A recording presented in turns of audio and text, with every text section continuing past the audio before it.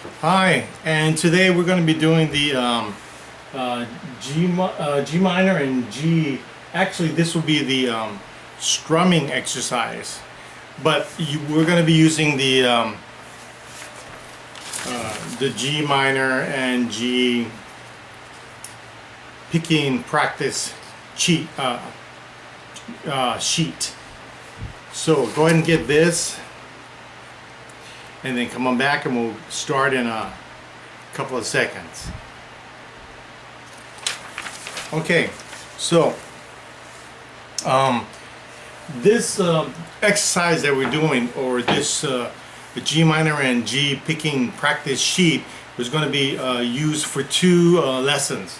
Today's lesson, we're actually going to be doing a strumming exercise to really make sure that you got the changes down for the G and the G minor. Okay, G minor chord formation over there. If you need to refresh your memory, you can see the fingering.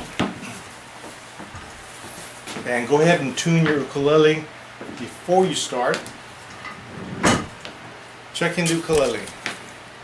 G, C, E, A.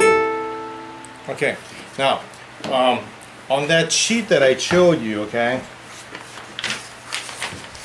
you have 5 lines on this sheet. The goal is to do all 5 lines, and in this particular case it's very important to really try your best to do all 5 lines on your own.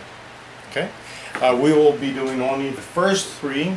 Wrote them on the board. If you need to write them down for whatever reason so you can play along, by all means do so right now. Pause the tutorial, write them down, and we're going to get started in a couple seconds.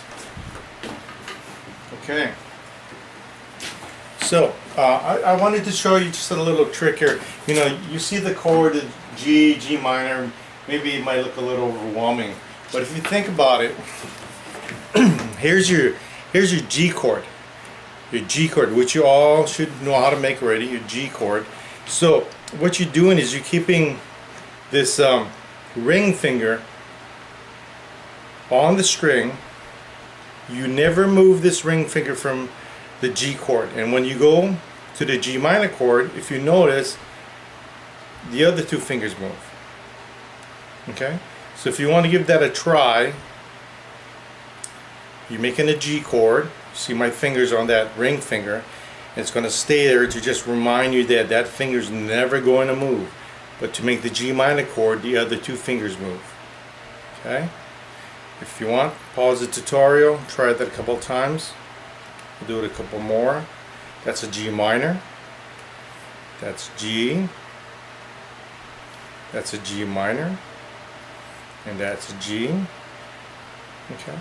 If you need to pause the tutorial and try to do that a couple of times, by all means, go ahead and do that. But that's a little trick that you can do and think about, and then you're going to find that it makes the chord changes a whole lot easier.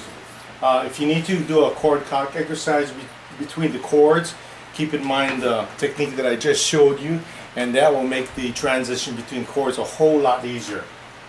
Okay, now when you do this exercise, since we're really concentrating on making the chord change, the goal of this exercise is to concentrate on the chord change, making that chord change is very smooth, if not accurate. Okay, very accurate. And then so we're going to strum it this way, either a free thumb strum or stationary thumb strum. So I'm gonna do the stationary thumb strum, but you can do whatever you want. The emphasis is to concentrate on the chord. Okay.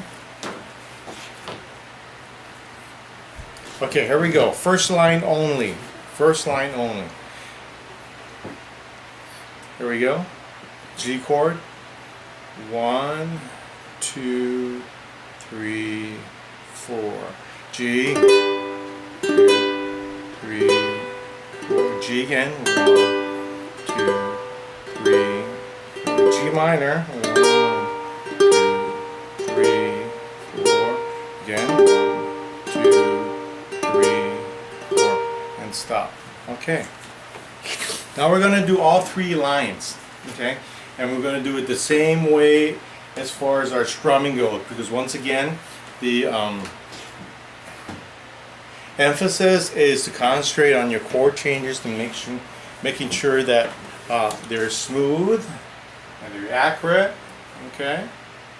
All right. So if you're ready, we're going to get started. All 3 lines. Here we go. About the same speed.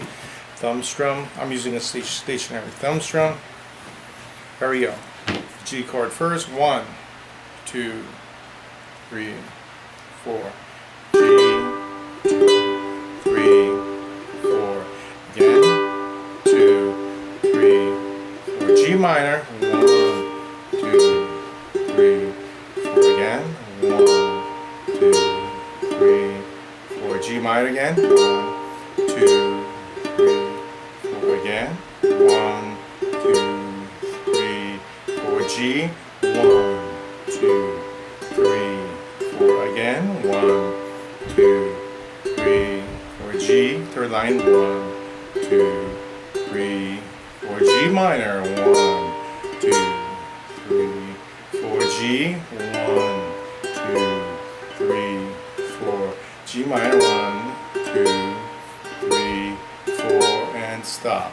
Okay, so before you move on to the next lesson, you should have those 3 lines, I would say, perfect. Okay, now, like I said, the goal is to do all 5 lines if you can. Have the time, do it all at once consecutively without stopping. And the reason for that is the last 2 lines use the D at the end, so you want to kind of really get a grasp and really be comfortable with that chord change. And if you are, then the next lesson will be even easier, because in the next coming up lessons we're going to be using the 2-finger picking, so you want to have these chord changes down, comfortable, you know, be able to do it basically without looking at your hand. So that's the goal. Next lessons coming up will be utilizing finger picking. Okay, so if you need to back up the tutorial, try it again, get really comfortable, and when you're ready, we'll see you for the next lesson.